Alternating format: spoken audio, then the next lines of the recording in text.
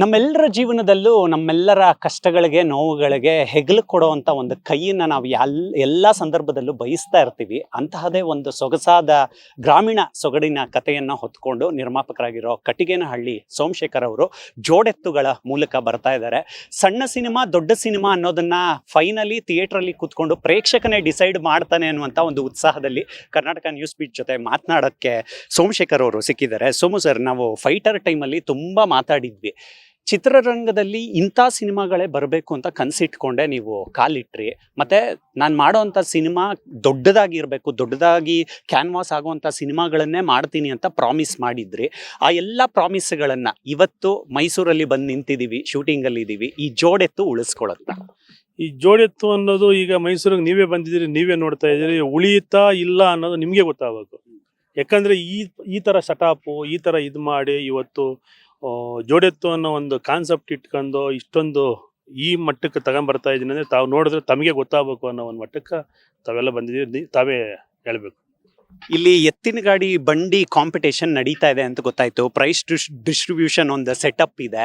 Industry ಸ್ಪರ್ಧೆ ಬಗ್ಗೆ ಇಲ್ಲಿ ನಿಂತ್ಕೊಂಡು ಮಾತಾಡಬೇಕು ಅನಿಸ್ತು ಸರ್. ಏನಕ್ಕಂದ್ರೆ ನಾವು ಸ್ಪರ್ಧೆ ಅಂತ ಒಡ್ಕೊಂಡಾಗ ಸಿನಿಮಾವನ್ನ ಪ್ರೀತಿಸೋರ್ಗೆ ಯಾವುದೇ ಸ್ಪರ್ಧೆ ಇರಲ್ಲ. ನಾವು ಸಿನಿಮಾಗಳನ್ನ ಚೆನ್ನಾಗಿ ಮಾಡಬೇಕು ಅನ್ನೋದೊಂದು ಮನಸ್ಸಲ್ಲಿ ಇರುತ್ತೆ. ಆದ್ರೂ ದೊಡ್ಡ ಸಿನಿಮಾಗಳ ಮುಂದೆ ನಮ್ಮ ಸಿನಿಮಾವನ್ನ ಗುರುತಿಸ್ಕೊಳ್ಳೋದು ಎಷ್ಟು ಚಾಲೆಂಜಿಂಗ್ ಆಗಿರುತ್ತೆ ಆಸ್ ಎ ಪ್ರೊಡ್ಯೂಸರ್ ಆಗಿ. ಈಗ ದೊಡ್ಡ ಸಿನಿಮಾ, ಸಣ್ಣ ಸಿನಿಮಾ ಅನ್ನೋದಕ್ಕಿಂತ ಹೆಚ್ಚಾಗಿ ದೊಡ್ಡ ಸಿನಿಮಾ, ಸಣ್ಣ ಸಿನಿಮಾ ಅನ್ನೋದಕ್ಕಿಂತ ಹೆಚ್ಚಾಗಿ ಕತೆ ಇಂಪಾರ್ಟೆಂಟ್. ಇವತ್ತು ಆಲ್ಮೋಸ್ಟ್ 99% ಸಣ್ಣ ಸಿನಿಮಾನೇ ಗೆದ್ದಿರೋದು. ಯಾಕಂದರೆ ಕಂಟೆಂಟು. ನಾನು ಕಂಟೆಂಟ್ ಇಟ್ಕೊಂಡು ಮಾಡ್ತಾ ಇದ್ದೀನಿ. ಈ ರೈತರ ಕಂಟೆಂಟ್ ಏನು ಅಂತ ನನಗೆ ಅರಿವಾಗಿದೆ. ಸಿನಿಮಾ ಈ ಥರ ಕೊಡಬೇಕು ಅಂತೇಳಿ ಕಂಟೆಂಟ್ ಇಟ್ಕೊಂಡು ಮಾಡ್ತಾ ಇದ್ದೀನಿ. 100-200% ಈ ಸಿನಿಮಾ ಥಿಯೇಟ್ರಲ್ಲಿ ನಿಲ್ಲುತ್ತೆ ಅನ್ನೋದು ನನ್ನ ಭರವಸೆ. ಸರ್, ನೀವು ಉದ್ಯಮಿಯಾಗಿದ್ರಿ, ಸಿನಿಮಾಗೆ ಬಂದ್ರಿ. ಸಿನಿಮಾದಲ್ಲಿ ಒಂದಷ್ಟು ಕನಸುಗಳು ಓಪನ್ ಆಗ್ತಾ ಹೋಯ್ತು. ನಿಮ್ಮ ಕಷ್ಟಗಳಿಗೆ ಹೆಗಲು ಕೊಟ್ಟಂತ ಒಂದು ಜೋಡೆತ್ತು ನೆನಪಿಸ್ಕೋಬೋದಾ ಈ ಸಂದರ್ಭದಲ್ಲಿ? ನನ್ನ ಕಷ್ಟಗಳಲ್ಲಿ ನನಗೆ ಹೆಗಲು ಕೊಟ್ಟಿರೋದು ನಾನು ಹೆಂಡ್ತಿ. ಹುಟ್ಸಿರೋ ತಾಯಿ ತಂದೆ ಆಗಿರ್ಬೋದು, ಎತ್ತಿರ್ಬೋದು, ಹಾಡ್ಸಿರ್ಬೋದು. ಬಟ್ ನಾನು ಈ ಮಟ್ಟಕ್ಕೆ ಬೆಳೆದು ಬರೋದಕ್ಕೆ ಕಾರಣನೇ ನನ್ನ ಹೆಂಡ್ತಿ. ನನಗೆ ನನ್ನ ಹೆಂಡ್ತಿನೇ ಜೋಡೆತ್ತು. ನನ್ನ ಹೆಂಡ್ತಿ ಎಲ್ಲಿ ತನಕ ಇರ್ತಾಳೆ ಅಲ್ಲಿ ತನಕ ನಾನು ಯಾವತ್ತೂ ಕೆಳಗೆ ಬೀಳಲ್ಲ ಅನ್ನೋದು ನನ್ನ ವಿಶ್ವಾಸ. ಸೋಮು ಸರ್, ಚಿಕ್ಕಣ್ಣ ಇದ್ದಾರೆ, ಸುನೀಲ್ ಸರ್ ಇದ್ದಾರೆ. ಇಬ್ಬರನ್ನ ಒಂದೇ ಫ್ರೇಮಲ್ಲಿ ನೋಡೋದಕ್ಕೆ ಎಷ್ಟು ಮೆಸ್ಮರೈಸ್ ಆಗಿದ್ದಾರೆ ಅನ್ನುವಂಥ ಒಂದು ಪ್ರಶ್ನೆ ನಿಮ್ಮ ಮನಸ್ಸಲ್ಲೂ ಇದ್ದೇ ಇರುತ್ತೆ. ಏನಕ್ಕಂದ್ರೆ ಹಾಸ್ಯ ಕಲಾವಿದ್ರನ್ನ ಒಂದೇ ಸಿನಿಮಾದಲ್ಲಿ ತೋರಿಸೋದು ಕೂಡ ಒಂದು ಪ್ರಶ್ನೆಯಾಗಿ ಉಳಿಯುತ್ತೆ. ಇದನ್ನ ಪ್ರೇಕ್ಷಕರು ಹೇಗೆ ತಗೋಬಹುದು ಅಂತ, ಅದು ಹೇಗೆ ಮೂಡ್ ಬಂದಿದೆ? ನೀವು ಶೂಟಿಂಗ್ ಪ್ರೋಸೆಸ್ ಅಲ್ಲಿ ಇದ್ರಿ, ಗಮನಿಸಿದ್ರಿ.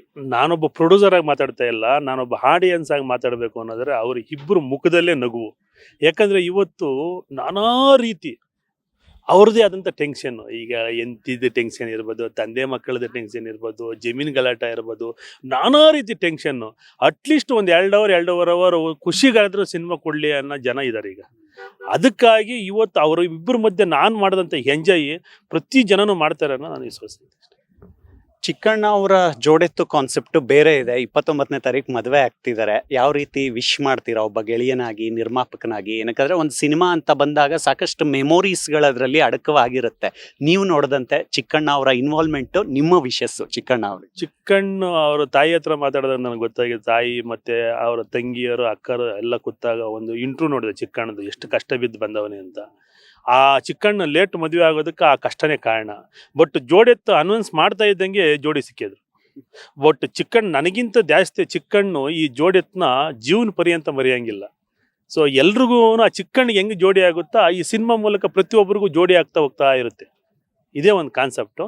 ಬಟ್ ಈ ಸಿನಿಮಾ ಒಳ್ಳೆ ಕಂಟೆಂಟ್ ಇರೋಂಥ ಮೂವಿ, ಪ್ರತಿಯೊಬ್ಬರಿಗೂ ಜೋಡೆತ್ತಿಗೆ ಅರ್ಥ ತಂದು ಕೊಡುತ್ತೆ. ಸೋಮು ಸರ್, ಈ ಸಿನಿಮಾ ಅನೌನ್ಸ್ಮೆಂಟ್ ಮಾಡಿದಾಗ ಮೊದಲನೇದಾಗಿ ಡೈರೆಕ್ಟರ್ ಚೇರಲ್ಲಿ ಅಯೋಗ್ಯ ಮಹೇಶ್ ಅವರು ಕೂತಿದ್ರು. ಆಮೇಲೆ ಚೇಂಜ್ ಆಯಿತು, ಸುಧಾಕರ್ ಸರ್ ಬಂದಿದ್ದಾರೆ. ಯಾಕೆ ಈ ಬದಲಾವಣೆ ಅಂತ ನೀವೆಲ್ಲೂ ಈ ವಿಷಯದ ಬಗ್ಗೆ ಮಾತಾಡಲಿಲ್ಲ ಹೆಚ್ಚಾಗಿ? ಇಲ್ಲ, ನಾನು ಡೈರೆಕ್ಷನ್ ಮಾಡೋದಕ್ಕೆ ಇಂಥವ್ರಿಗೆ ಕೊಡಬೇಕು ಅಂತ ನಾನೇನು ಯಾವತ್ತೂ ಡಿಸೈಡ್ ಮಾಡಿರಲಿಲ್ಲ. ಬಟ್ ಅಯೋಗ್ಯ ಮಹೇಶ್ ಅಂತ ಹೇಳಿ ನಾನೇ ಅನ್ಕಂದೆ. ಅದಕ್ಕೆ ಬಿಫೋರ್ ಇನ್ನೊಂದಿಬ್ಬರಿದ್ರು. ಆ ಇಬ್ಬರ ಜೊತೆಲೂ ನಾನು ಯಾರಿಗೂ ಒಂದು ಮಾತು ಕೊಟ್ಟಿರಲಿಲ್ಲ. ಮಹೇಶ್ ಕೈಯಲ್ಲಿ ಮಾಡ್ಸೋಣ ಅಂತ ನಾನೇ ಅನ್ಕೊಂಡೆ. ಬಟ್ ಅಯೋಗ್ಯ ಸಿನಿಮಾ ಇನ್ನೂ ಕಂಪ್ಲೀಟ್ ಆಗಿರಲಿಲ್ಲ, ಲೇಟ್ ಆಗ್ತಾ ಬರ್ತು. ಸೊ ಲೇಟ್ ಆಗಿದ್ದ ಕಾರಣದಿಂದ ಬೇಡ ಮಹೇಶ್, ಇನ್ನೊಂದು ಸಿನಿಮಾ ಮಾಡಾನಿ ಅಂತ ಹೇಳಿ ಇವರು ಸುಧಾಕರ್ ಕೊಟ್ಟೆ. ನೀವು ಅನ್ಕೊಂಡಂಗೆ ಬರ್ತಿದ್ಯಾ ಸರ್ ಸಿನಿಮಾ? ಏನಕಂದ್ರೆ ಲೊಕೇಶನ್ ಅಲ್ಲಿ ನೋಡುವಾಗ ನಿಮಗೊಂದು ಜಡ್ಜ್ಮೆಂಟ್ ಪಾಯಿಂಟ್ಗಳು ತೆರ್ಕೊಳ್ತಾ ಹೋಗುತ್ತೆ.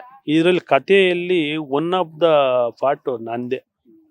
ಸೊ ಯಾಕಂದ್ರೆ ಒಂದು ಲೈನ್ ಮಾತ್ರ ತಗಂದೆ ಮಹೇಶ್ ಅಂತ. ಆ ಲೈನ್ಕ ಫುಲ್ಫಿಲ್ ಮಾಡಿದ್ದು ನಾವೇ, ನಾನು ಮತ್ತೆ ಚಿಕ್ಕಣ್ಣ ಎಲ್ಲರೂ ಒಂದಿಷ್ಟು ಜನ ಕುತ್ಕೊಂಡು, ಮಾಸ್ತಿ ಆಗಿರ್ಬೋದು, ರಘು ನಿಲುವಳ್ಳಿ ಆಗಿರ್ಬೋದು, ರಾಜಶೇಖರ್ ಆಗಿರ್ಬೋದು, ಇಬ್ಬಿಬ್ರು ಮೂರು ಜನ ಗುಂಡಿಸ್ಕೊಂಡು ಬೇರೆ ಬೇರೆ ಡೈರೆಕ್ಟರ್ನೆಲ್ಲ ಕರ್ಕೊಂಡು ಈ ಕಥೆಯನ್ನ ಫೈನಲ್ ಮಾಡೋ ಟೈಮಲ್ಲಿ ನನಗೆ ಹಿಂಗೆ ಬರಬೇಕು ಅನ್ನೋ ಒಂದು ಕಾನ್ಸೆಪ್ಟ್ ನಾನೇ ಇಟ್ಕೊಂಡು, ನಾನು ಯಾವುದೇ 2 ಸಿನಿಮಾ ಮಾಡಿದ್ದೀನಿ ಇದ್ರ ಹಿಂದೆ, ಯಾವುದಕ್ಕೂ ಹೋಗ್ಲಿಲ್ಲ ಸೆಟ್ಕ. ಇದನ್ನ ಪರ್ಮನೆಂಟ್ ಸೆಟ್ಟಲ್ಲೇ ಕೂತಿದ್ದೀನಿ, ನನಗೆ ಹೀಗೆ ಬೇಕು, ಹಿಂಗೆ ಬೇಕು, ನಾನು ಈ ಥರ ಕೊಡ್ಬೇಕು ಜನಕ್ಕೆ ಅಂತ ಹೇಳಿ ನಾನೇ ಕೂತು ಮಾಡೋಂಥ ಸಿನಿಮಾ ಇದು. ಸೋಮು ಸರ್, ನೀವು ಈಗ ಇಂಡಸ್ಟ್ರಿಯಲ್ಲಿ ಆಕ್ಟಿವ್ ಪ್ರೊಡ್ಯೂಸರ್ ಆಗಿ ಗುರುತಿಸ್ಕೊಂಡಿದ್ದೀರಾ. ನೀವು ನೋಡ್ತಾ ಇರ್ತೀರಾ ಯಾರ್ಯಾರು ಯಾವ್ಯಾವ ತರ ಸಿನಿಮಾಗಳನ್ನ ಮಾಡ್ತಿದ್ದಾರೆ, ಇಂಡಸ್ಟ್ರಿ ಲೆಕ್ಕಾಚಾರಗಳೇನು, ಥಿಯೇಟರ್ಗೆ ಜನ ಯಾಕೆ ಬರ್ತಾ ಇಲ್ಲ, ಇದೆಲ್ಲವೂ ಕೂಡ ಸುಪ್ತವಾಗಿ ನಿಮ್ಮ ಮನಸ್ಸಲ್ಲಿ ಇದ್ದೇ ಇರುತ್ತೆ. ಇದಕ್ಕೆಲ್ಲ ಏನು ಪರಿಹಾರ ಏನು ಅನ್ನೋದನ್ನು ನೀವು ನಿರ್ಮಾಪಕರಾಗಿ ಯೋಚನೆ ಮಾಡ್ತಾನೆ ಇರ್ತೀರಾ. ಈಗ ಇಂಡಸ್ಟ್ರಿಯ ಒಂದು ಮಜಲುಗಳು ಹೇಗೆ ಕಾಣಿಸುತ್ತೆ ನಿಮಗೆ?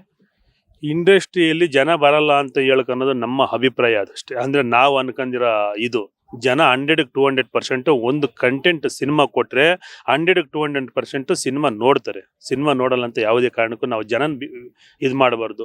ನಾವು ಆ ಲೆಕ್ಕಕ್ಕೆ ಕೊಡ್ತಾ ಇಲ್ಲ, ಜನ ಬರ್ತಾ ಇಲ್ಲ. ನಾವು ಆ ಲೆಕ್ಕಕ್ಕೆ ಕೊಟ್ಟು ನಿಲ್ಲಿ, ಒಳ್ಳೆ ರಿಪೋರ್ಟ್ ಬರಲಿ. ಯಾಕೆ ಬರಲ್ಲ ಜನ? ಯಾವುದೋ ಹೊರ ರಾಜ್ಯದ್ದು ಹೊರ ಇದ್ರದ್ದು ನಾವು ಸಿನಿಮಾನ ಗೆಲ್ಲಿಸ್ತೀರಿ, ನಮ್ಮ ಕನ್ನಡದಲ್ಲಿ ಯಾಕೆ ಗೆಲ್ಸಲ್ಲ? ನಾವು ಕಂಟೆಂಟ್ ಕೊಡ್ಬೇಕಷ್ಟೇ. ಕಂಟೆಂಟ್ ಕೊಡದೆ ನೀವು ಸಿನಿಮಾಗೆ ಬನ್ನಿ ಅಂದ್ರೆ ಎಲ್ಲಿ ಬರ್ತಾರೆ? ಸಿನಿಮಾದಲ್ಲಿ ಕಂಟೆಂಟ್ ಇದ್ದು ಸಿನಿಮಾ ನೋಡ್ತಾರೆ. ಫಸ್ಟ್ ಸಿನಿಮಾ ಥಿಯೇಟರ್ಗೆ ಬರೋಕೆ ಒಂದು 5-10 ಲಕ್ಷ ಜನ ಬರ್ತಾರೆ ಥಿಯೇಟರ್ಗೆ. ಬರೋಂಥ ಸಿನಿಮಾ ಅವ್ರು ಬಂದು ಹೊರಗಡೆ ಹೋಗಿ ಹೇಳ್ಬೇಕು, ಒಳ್ಳೆ ಕಂಟೆಂಟ್ ಇದೆ, ತಂದೆ ಮಕ್ಕಳಿಗೆ ಮೆಸೇಜ್ ಇದೆ, ಮಕ್ಕಳು ಬೆಳೆ ರೀತಿ ಇದೆ, ಎಲ್ಲ ರೀತಿಯಲ್ಲಿ ತುಂಬಿದೆ ಇದರಲ್ಲಿ, ಬನ್ನಿ ಸಿನಿಮಾ ಅಂತ ಆ ಜನ ಹೇಳ್ಬೇಕು. ಮೋಸ್ಟ್ ಸ್ಟಾಕ್ ಹೋಗ್ಬೇಕು. ಆ ಸ್ಟಾಕ್ ಹೋಗ್ಬೇಕು ಅಂದರೆ ನಾವು ಕಂಟೆಂಟ್ ಇರಬೇಕು. ಆ ಕಂಟೆಂಟ್ ಕೊಟ್ಟಾಗ 100% ಬಂದೇ ಬರುತ್ತೆ. ನಾವು ಸಿನಿಮಾ ಯಾವತ್ತೂ ಬಿಲೀವ್ ಮಾಡಬಾರ್ದು. ನಮ್ಮ ಜನನೂ ಇದ್ದಾರೆ, ಕನ್ನಡ ಸಿನಿಮಾನು ನೋಡೋರು ಇದ್ದಾರೆ, ಕನ್ನಡ ಸಿನಿಮಾ ಉಡ್ಸೋರು ಇದ್ದಾರೆ. ಬಟ್ ನಾವು ಅಂತ ಕಂಟೆಂಟ್ ಕೊಡಬೇಕು. ಆ ಥರ ಕಂಟೆಂಟ್ ನಾನು ಕೊಡ್ತಾ ಇದ್ದೀನಿ. ಆ ಕಂಟೆಂಟ್ ಕೊಟ್ಟಿದ್ದಾದ್ಮೇಲೆ ನೀವು ಜನ ಬಂದಿಲ್ಲ ಅಂದ್ರೆ ಅದಕ್ಕೆ ಅರ್ಥ ಇರುತ್ತೆ. ಒಂದು ಸ್ಟೇಬಲ್ ರೀಸನ್ ಇವಾಗ ನೀವೇ ಹೇಳ್ದಂಗೆ ಒಳ್ಳೆ ಸಿನಿಮಾಗಳನ್ನ ಕೊಡೋಂಥ ಓಟ ಇರಲೇಬೇಕು ಅಂತ. ಸರ್, ಇಲ್ಲಿ 2 ವಿಚಾರ ಇದೆ. KGF ಕಾಂತಾರ ಆದಮೇಲೆ ಪ್ರೇಕ್ಷಕನ ಅಭಿರುಚಿಗಳು ನಿಧಾನವಾಗಿ ಬದಲಾಗೋಯ್ತಾ, ಬರೀ ದೊಡ್ಡ ದೊಡ್ಡ ಸಿನಿಮಾಗಳನ್ನೇ ಆತ ಬಯಸ್ತಾ ಇದ್ದಾನ ಅನ್ನೋಂಥದ್ದು ಒಂದು ವಿಚಾರ. ಇನ್ನೊಂದು, ವಾರಕ್ಕೆ 6-7 ಸಿನಿಮಾಗಳು ರಿಲೀಸ್ ಆಗುತ್ತೆ, ಆದರೂ ಅವನ ಟೇಸ್ಟ್ ಆಫ್ ಮೂಡ್ಗೆ ತಕ್ಕಂಥ ಸಿನಿಮಾಗಳನ್ನ ಇಂಡಸ್ಟ್ರಿನೇ ಕೊಡ್ತಾ ಇಲ್ಲ ಅಂತ ನಿಮ್ಮ ಪಾಯಿಂಟ್ ಆಫ್ ವ್ಯೂ ಏನು ಇದ್ರ ಬಗ್ಗೆ? ನಂದು ಏನಂದ್ರೆ, ಜನಕ್ಕೆ ತಕ್ಕದ್ದು ಸಿನಿಮಾ ಕೊಟ್ರೆ 100-200% ಈಗ ಈ ದೊಡ್ಡ ಸಿನಿಮಾ ಅಂತ ನೀವು ಹೇಳ್ತಾ ಇದ್ದೀರಿ. ಯಾವ ಸಿನಿಮಾ ದೊಡ್ಡ ಸಿನಿಮಾ ಗೆದ್ದಿದೆ ಹೇಳಿ? ಗೆದ್ದಿರೋದೇ ಸಣ್ಣ ಸಿನಿಮಾನೇ. ಯಾಕಂದ್ರೆ ಸಣ್ಣ ಸಿನಿಮಾದಲ್ಲಿ ಕಂಟೆಂಟ್ ಹಂಗಿರುತ್ತೆ, ಹಂಗೆ ಕೊಡ್ತಾ ಇದ್ದಾರೆ. ದೊಡ್ಡ ಮಟ್ಟಕ್ಕೆ ಅನೌನ್ಸ್ ಮಾಡ್ತಾರೆ, ಅದು ಏನು ಮಾಡೋದು, ಅದೇ ಅಷ್ಟೇ ದುಡ್ಡು ಖರ್ಚು ಮಾಡ್ತಾರೆ. ಜನ ಒಂದಿನ ಬರ್ತಾರೆ, ಒಂದೇ ದಿನದಲ್ಲಿ ಹೇಳ್ಬಿಡ್ತಾರೆ ಜನ ಚೆನ್ನಾಗಿಲ್ಲ ಹೋಗಿ ಅಂತ. ಸೊ ಜನಕ್ಕೆ ಕಂಟೆಂಟ್ ಆದಂಥ ಸಿನಿಮಾ ಕೊಟ್ಟರೆ 100% ಸಿನಿಮಾ ನಿಲ್ಲುತ್ತೆ, ಜನ ಬರ್ತಾರೆ ಥಿಯೇಟರ್.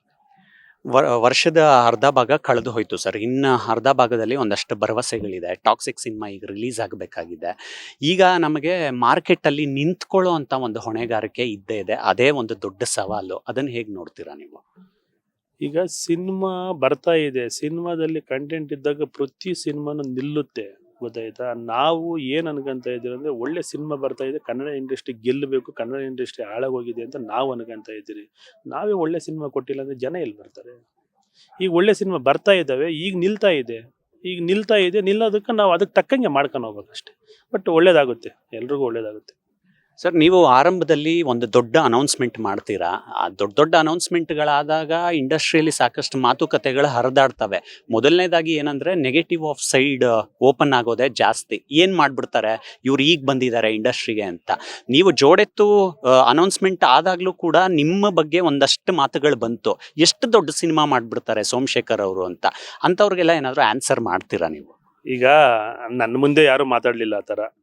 ನಾನು ಈ ಸಿನಿಮಾ ಮೂಲಕ ಹೇಳೋದಕ್ಕೆ ಇಷ್ಟಪಡ್ತೀನಿ, ನಮ್ಮ ಸಿನಿಮಾನ ನಾವೇ ಹಾಳು ಮಾಡ್ಕೊಂಬಾರದು. ಫಸ್ಟ್ ಆಫ್ ಆಲ್ ಪ್ರತಿ ಸಿನಿಮಾನು ಪ್ರೀತಿಸಿ, ಪ್ರತಿ ಸಿನಿಮಾನು ಒಳ್ಳೇದು ಮಾತಾಡಿ ಅಂತ ಹೇಳೋದಕ್ಕೆ ಇಷ್ಟಪಡ್ತೀನಿ.